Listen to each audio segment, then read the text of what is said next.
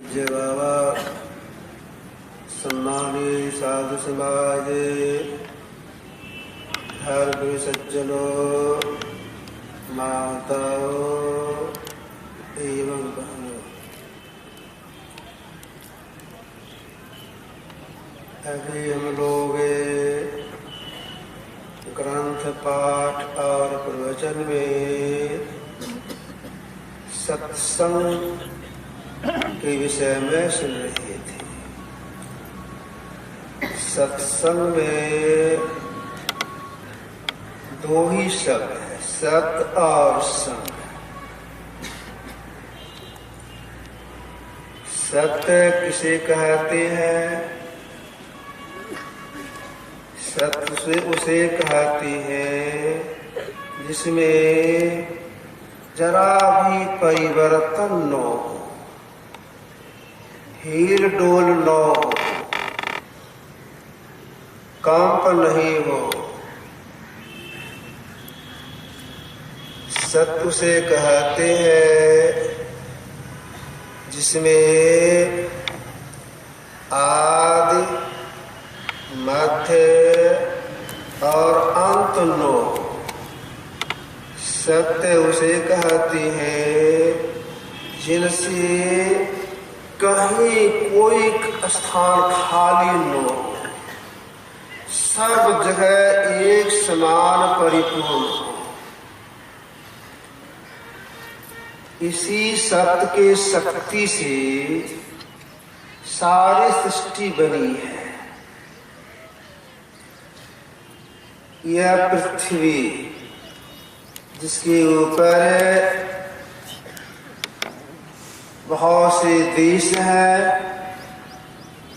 जिसके ऊपर बहुत बड़ा हिमालय पहाड़ है, जिसके ऊपर 7 समुद्र है, इतनी बड़ी पृथ्वी, और यह पृथ्वी अपनी धुरी पर बहुत रफ्तार के साथ घूमती है। इसे आपने देखा होगा, लट्टू को वो अपने नोक पर, कील पर घूमती है और आगे भी बढ़ती है। ठीक ऐसे ही यह पृथ्वी अपने कील पर एक जगह तेजी के साथ घूम रही है। कितनी रफ्तार इसकी घूमने का है? 5 मिनट में 1,00,000 किलोमीटर की रफ्तार से अपने कील पर घूमती है, जिसे कि दिन रात घूमता है। अपने कील पर घूमते हुए सूर्य की परिक्रमा कर रही है, जिसे महीने और वर्ष होती है। यह पृथ्वी अनंत रूप से घूम रही है। कैसे घूमती है? और जो सत्य स्वरूप परमात्मा है, उनकी शक्ति से घूमता है। इसी पृथ्वी पर हम आवास करते हैं। पृथ्वी का जितना बड़ा दायरा है, इससे अधिक दायरा जल का है। आप मानचित्र में देखेंगे, लगेगा ऐसा 4 हिस्से में 3 हिस्सा जल ही है, 1 हिस्सा मिट्टी है। इतना जल किसने बनाया? परमात्मा की शक्ति ने बनाया। जल की उत्पत्ति कहां से हुई है? अग्नि से। अग्नि का दायरा बेसी। अब देखिए, जल से अधिक दायरा रखने वाला ताप है, इसका सृजन करने पर परमात्मा की शक्ति है।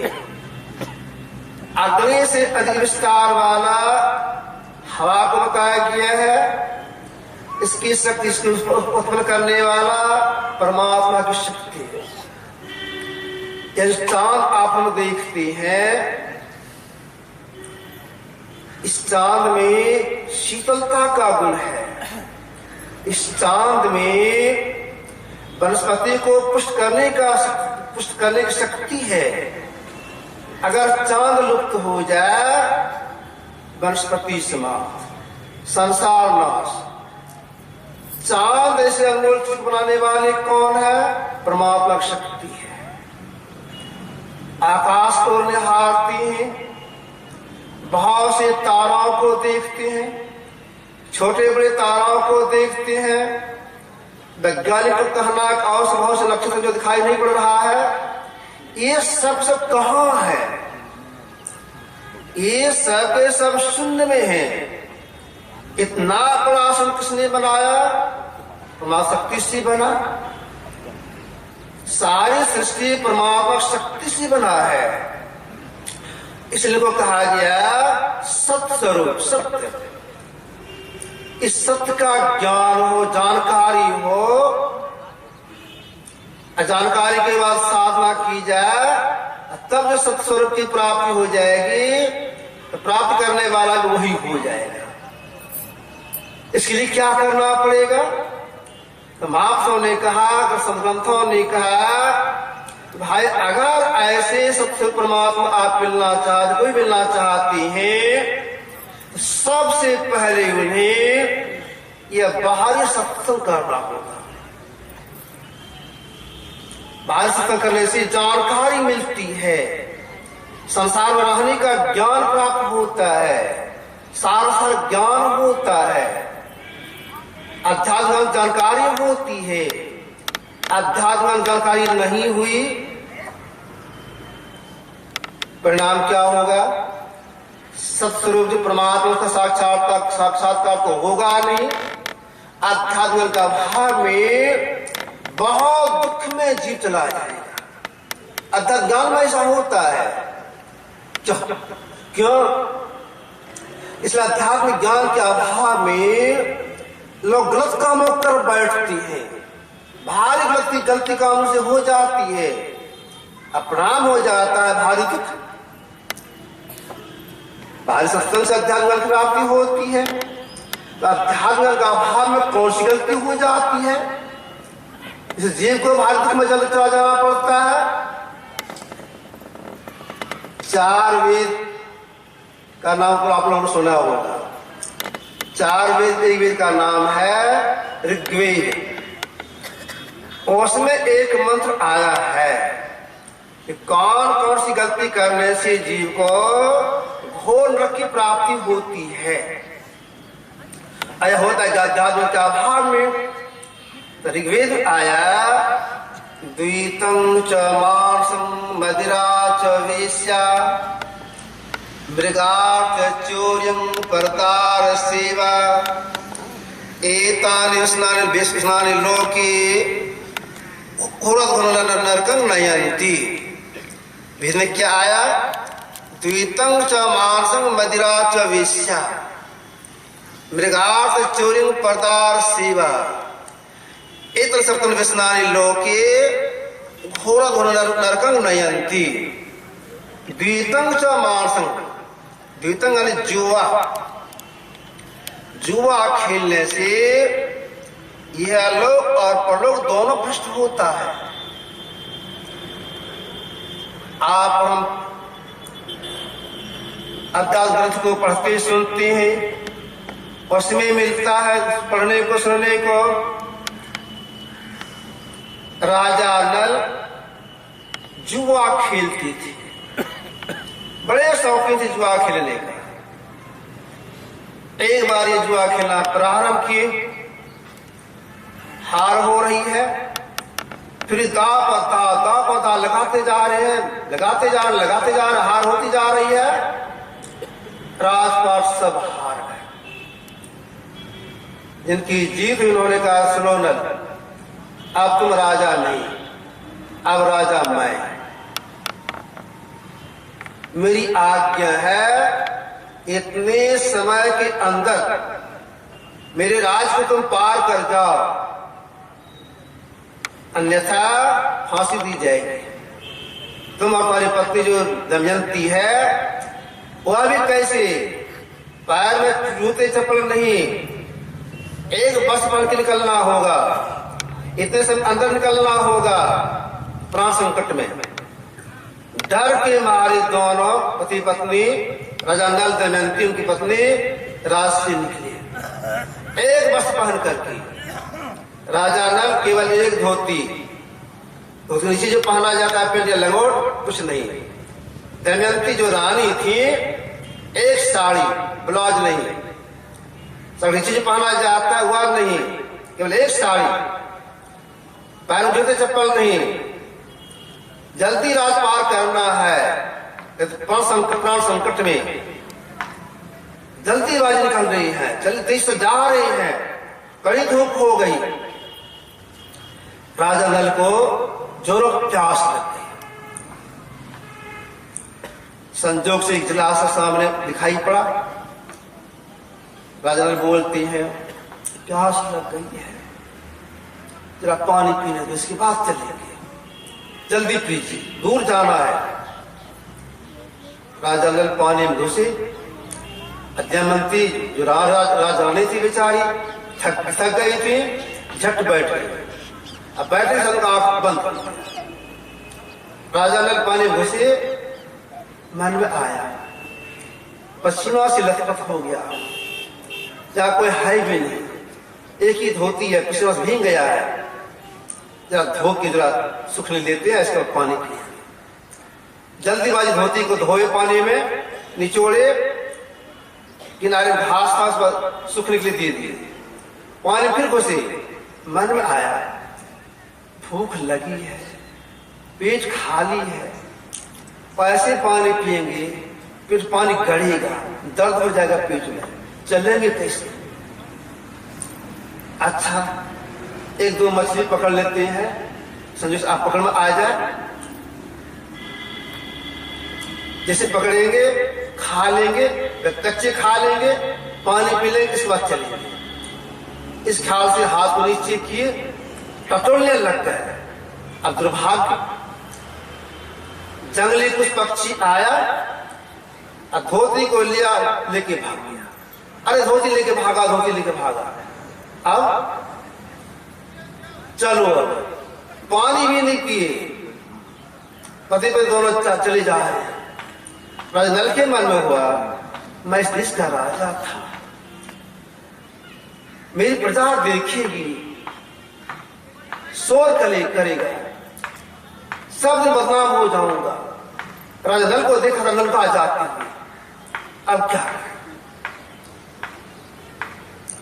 पत्नी की देह में एक साड़ी, पत्नी ने कहा, घबराइए नहीं, विपत्ति का समय है, आधा साड़ी मेरी कमर में है, आधा साड़ी ऊपर का जो भाग है अपने कमरे में लपेटिए। सट के दोनों चल गए, एक साड़ी दोनों अपना कमर से लपेटे, जा रही है। जंगल आ गया। दमयंती कहती है, पतिदेव अब पैर मेरा चल नहीं रहा है, थोड़ा लेटने दीजिए, इसके बाद चलेंगे। दोनों लेटे। लेटने के साथ दमयंती कहीं चली गई गहरी नींद में। राजा नल को नींद नहीं आई। सोचती है, अगर मैं इसके साथ में रहूंगा, इसको कष्ट हो, अगर संग छोड़ देता हूं, या किसी तरह से अपने मैके चली जाएगी, या मौसी के चली जाएगी, या भान का चली जाएगी। या मन में आया, धीरे से साड़ी को फाड़ दी। आधा साड़ी अपने दमयंती कमर में छोड़ दिए, आधा साड़ी अपने कमर लपेटे, 9-2 ये तो भाग गया वहां से। आगे कष्ट हो, उधर नहीं जाएगा। दमयंती नींद टूटती है, रजी में कोई नहीं, पुकारते हैं, पतिदेव पतिदेव, रहे तब तो आप तो बेचारी पगली की तरफ दौड़ने लग गई। पतिदेव पतिदेव पुकार दिया, दौड़ के जंगल में। जहां पुकार रही थी, दौड़ लगा रही थी, आसपास में अजगर था। आहट पाकर अजगर ने खींचा। अजगर डसता नहीं, खींचता है, निगलता है। खींचा, आगे दमयंती, गले के नीचे का भाग अजगर पेट में चला गया। ये मुंह बाहर में रहा, पुकार रही है कोई बचाओ, कोई बचाओ। आवाज एक व्याधा कान, अरे कोई महिला चिल्ला रही है। दौड़ के आए, एक महिला जा रही है पीठ में, व्याधा के हाथ में तलवार था। समीप गया, आज गल पर को हिसाब से चीरा, जिसे कि दमयंती के में नहीं लगी। गल पर चीर दिया, दमयंती का गट्टा पकड़ करके खींच लिया बाहर। अजगर के मुंह से बाहर तो हो गई, लेकिन परिणाम क्या हो गया इसका? परिणाम यह हो गया, उन कमर में जो साड़ी थी खुलकर अजगर पेट ही में रह गया। नंग धड़ंग हो गई, बिल्कुल नंग। जंगल है, अकेली है, त्रैलोक सुंदरी है, जिस शादी से देवता लोग करना चाहती थी। त्रैलोक सुंदरी है, एक तरफ व्याधा, व्याधा का मन चंचल हो गया। परमात्मा दया से इज्जत बच गई, आगे बढ़ी, पगली तो आगे बढ़ रही है। गांव के लोग जा रही है, बच्चे लोग देखता है, तो पगली जा रहा है, जा रही है। कोई ढेला मारता है, कोई धूल उड़ाता है, कोई गाली देता है। ऐसा कष्ट क्यों हुआ? जुआ खेलने कारण हुआ। जुआ क्यों खेला गया? अध्यात्म का भाव में जुआ खेला गया।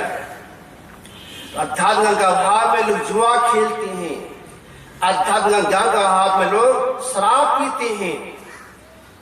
एक बार पत्रिका में निकला था विधि शराब के संबंध में, उसमें मनुष्य का हड्डी का भस्म लाया जाता है।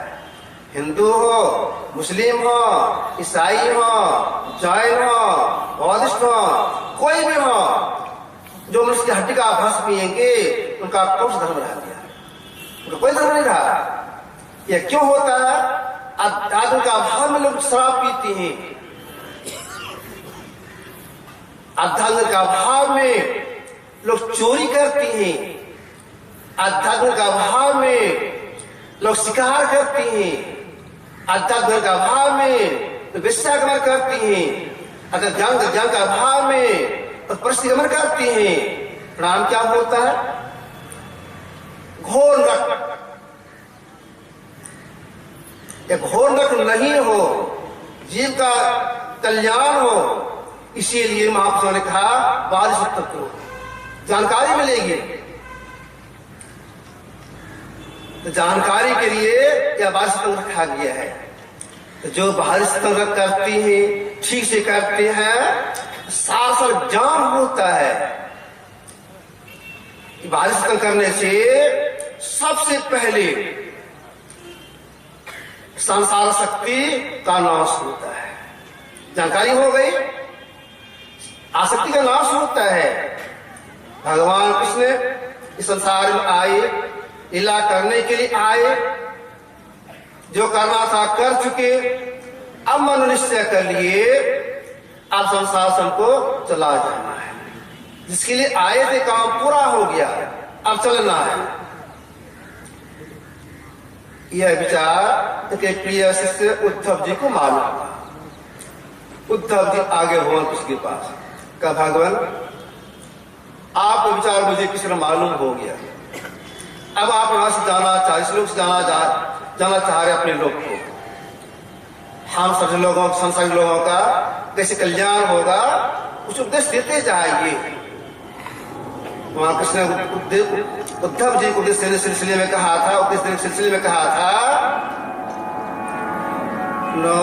नरोदति माम योगो न साकं धर्म एव च न स्वस्त्यागो नेष्टा पूर्त न दक्षिणा यज्ञच्छन्ता तीर्थानि नियमानि यथा वृंदे सत्संग संसोहिमा। हे प्रिय उद्धव, संसार जितनी आसक्तियां हैं उन्हें सत्संग नष्ट कर देता है। यही कारण है सत्संग स्वयं से बस में कर लेता है। उस साधन न जोग है, न सांख है, न धन पालन है, न त्याग है, न तपस्या है, इष्टा पृथ्वी नहीं है। कहां तक कहो, व्रत, जग, वेद, तीर्थ और यम नियम ही सत्य से बस करने में समर्थ नहीं है। ऐसा क्यों कहा? इसलिए सत्य पर आसक्ति का नाश होता है। तो जो अपना कल्याण चाहती है, आवागमन छूटना चाहती है, तो मन के सुधार के लिए सबसे पहले वे महापुरुषों का संग करें, अच्छे का संग करें। संग का रंग लगता है, जिसे का संग करें वैसा रंग लगेगा, स्वाभाविक रंग लगेगा। जैसे देखिए स्वाति नक्षत्र में जब वर्षा प्रारंभ होता है, स्वाति नक्षत्र में स्वाति वाला बूंद अगर बांस के छिपी पर पड़ जाता है, जिस बांस के गाछ पर गिरता स्वाति वाला बूंद, उस बांस में परसलोचन हो जाता है, मतलब उसमें फल हो जाता है, जिसकी दवाई बनती है। खासकर माँ बहनों की दवाई बनती है। प्रसव के बाद माँ बहन जब कमजोर हो जाती है तो परसलोचन और क्या क्या मिला करके छोका बनाती है, खाती है, देह में ताकत आता है। तो परसलोचन बांस उत्पन्न होता है कैसे? स्वाति के बूंद से। वही स्वाति वाला बूंद केले गड्ढे में गिर जाता है, उसमें कपूर हो जाता है। वही स्वाति वाला बूंद अगर हाथी का मस्तक गिर जाता है तो गजमुक्ता हो जाता है, बहुत कीमत का होता है। वही स्वाति वाला बूंद अगर गाय के मस्तक गिर जाता है तो गोलोचन हो जाता है, जो पेट से निकलता है रिसादार और गोले सा होता है, रिसादार होता है, तो वही काम आती है, बहुत गर्म होता है। वही स्वाति वाला बूंद अगर मिर्गा के मस्तक गिर जाता है,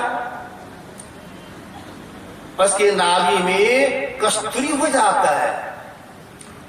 कस्तूरी बहुत गर्म होता है, बहुत सुगंधी होती है कस्तूरी में, इतनी सुगंधी होती है अगर कोई व्यक्ति अपने दाहिने हाथ में कस्तूरी को ले ले, मुट्ठी बांध ले, जिस आदमी के हाथ में दाहिने हाथ में कस्तूरी है, उस आदमी के बाएं हाथ को कोई दूसरा आदमी दाहिने हाथ से पकड़ ले, और उसके बाएं हाथ दूसरे आदमी पकड़ ले।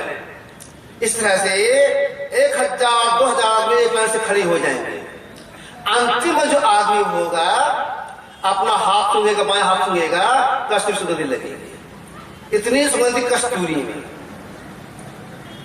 कोई आदमी मरणावस्था पहुंच गया है, नाड़ी कट रही है, देह ठंडा पड़ रहा है, कस्तूरी किस तरह से घुट करके नाक के द्वारा या मुंह के द्वारा कल्प नीचे उतार देता है, उस व्यक्ति के देह में गर्मी आ जाती है, अपने परिवार के लोगों से कोई बात करने लगती है।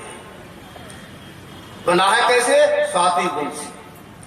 वही स्वाति वाला बूंद कोयले भी गिर जाता है, उसमें हीरा हो जाता है। वही स्वाति वाला बूंद समुद्र सीपी के मुंह में गिर जाता है, मोती हो जाता है। वही स्वाति वाला बूंद सांप के मुंह में गिर जाता है, एक नमक का जहर बन जाता है। अब एक ही स्वाति का बूंद है, जैसे संग किया वैसा गुण वाला हो गया। इसलिए महापुरुषों ने कहा अच्छाई लाने के लिए पहले अच्छे का संग करना होगा, संग का रंग लगेगा। ये कुछ चिकोटी के संत हो गए, जिनको प्राय सब लोग जानते हैं, तुलसीदास जी महाराज। इन्होंने अपनी वाणी में संसार लोगों से कहा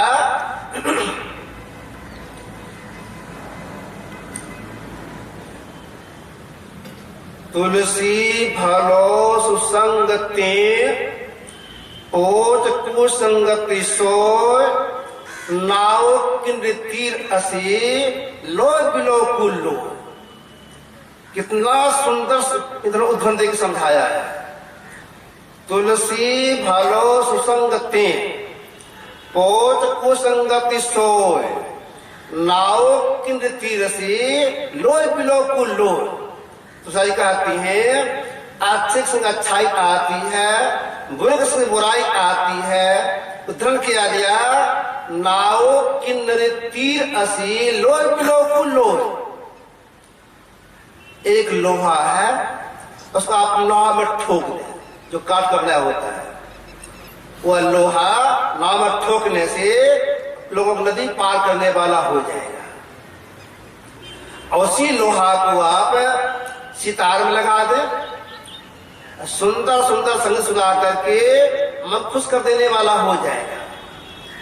और उसी लोहा को आप तीर में लगा दें या तलवार लगा दें, प्राण घातक हो जाएगा। एक ही लोहा है, काट में ठोक दिया तो नदी पार करने वाला, सितार में लगा दिया सुंदर संग सुनाने वाला, मन खुश कर देने वाला।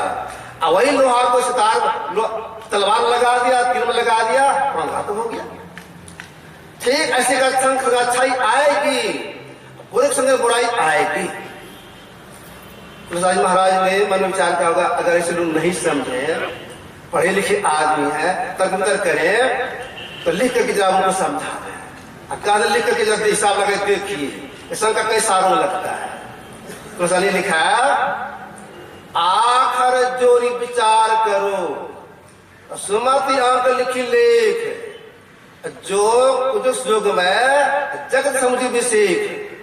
अक्षर को लिख करके हिसाब लगे देखो, पढ़ो उसको, आखिर जो विचार करो, सुमति अंक लिख लेख। कागज पर ब्लैक बोर्ड पर लिखेंगे धर्म, सब लोग पढ़ेंगे धर्म लिखा गया है, अच्छा बात लिखा है, धर्म लिखा है। जहां धर्म लिखा गया है उसके पहले केवल ओ लगा हो जाएगा अधर्म। सब लोग कहेंगे खराब बात लिखा गया, अधर्म लिखा गया है। था पहले धर्म, अकाशन हो गया अधर्म। जहां अधर्म लिखा गया है उसके आगे लिख देंगे हीन, हो जाएगा अधर्महीन। देखिए संग का कितना प्रभाव पड़ गया, धर्म से उनका अधर्म है, अहीन का संग हो गया अधर्महीन। ठीक ऐसे अच्छी संग अच्छाई आएगी, बुरी संग बुराई आएगी। संग का प्रभाव पड़ता है, संग का प्रभाव कितना पड़ जाता है, गाछ का संग प्रभाव पड़ता है। नीम का गाछ नीम के गाछ पास बैठिएगा, खून शुद्ध होगा, रोग दूर होगा। इमली गाछ के पास में बैठिएगा, खून खराब होगा, देह में घाव घोष कुर्सी हो जाएगा, रोग हो जाएगा। गाछ में प्रभाव पड़ता है।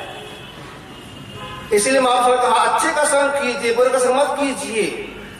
हार कुसंग सुसंगति लाओ, लोग सब काहो। उधर क्या जब साईं महाराज ने, गगन चढ़ी रज पवन प्रसंगा, की चाहे मिले नीच जल संगा। एक धूल कण है, हवा का संग करती है, गगन गामनी, आकाश में उड़ती है, राजमुकुट जाके बैठ के शोभायमान होती है। वही धूल कण नाले का पानी संग कर लेती है तो कीचड़ बन जाती है। एक ही धूल कण है, हवा का संग गगन गामनी, नाले के पानी का संग तो कीचड़। ठीक ऐसे का संग रसाई आएगी, बुरे संग बुराई आ जाएगी। तो अच्छाई का संग करने के लिए महापुरुषों ने कहा, हाथ और संग करने के लिए कहा, जो अच्छे का संग करते रहेंगे, अरे कष्टों को भोग करके, कष्टों का सामना करते कुछ अच्छे का संग करेंगे का सदैव कल्याण होगा। महापुरुषों ने यहां तक कहा, अगर अच्छे के संग करने में कष्ट का सामना करना पड़े, भूखा रहना पड़े, जो कि भूसी रोटी खानी पड़े, खाइए सच का संग कीजिए। कबीर साहब की वाणी में है, जो छुट के महापुरुष वे, इन्होंने कहा तुलसी कबीर संगत साग की जो की भूसी खाए, खीर खान भोजन मिला साकर संग न जाए। क्यों कहा ऐसा? गरीब कोई पड़ जाती है, कैसे उपवास है, अगर घर में संजोग से रहर का भूसा है, चने दाल का भूसा है, बच्चे भूखे हैं, हम भी भूखे हैं, बस उसकी माँ बहने करती क्या है, लाचारी बस चने का भूसा है, कलाई का भूसा है, अरहर का भूसा है, उसको पीस लेके जाता हूँ, किसी थोक ठा करके रोटी बनाती है, बच्चे खिलाती है, शांत करके अपनी थोड़ा खा लेती है। अगर घर में जौ का भूसी हो, नहीं बनाएगी रोटी। क्यों? जौ का भूसी गले में अटकेगा, खाया नहीं जाएगा। कई सामने कहा जौ कुछ खानी पड़े, असल से करना हो जरूर कीजिए। ऐसा क्यों कहा? इसलिए कहा जो किसी संतों का संग करते हैं, आपसे संग करती है, उनकी विपत्ति कटती है। किसी जन्म का पाप पीछा कर रहा है, अजल में कष्ट आएगा, प्राण संकट आत्मा पड़ जाएगा, इन साधु पास चले गए, थोड़े उनके वचन सुन लिए, वह कट जाएगा। एक बात सुना दो आपको। अगर पंजाब प्रांत है, पंजाब प्रांत में कुछ के महापुरुष हो गए, नानक साहब, संतों की मौज होती है,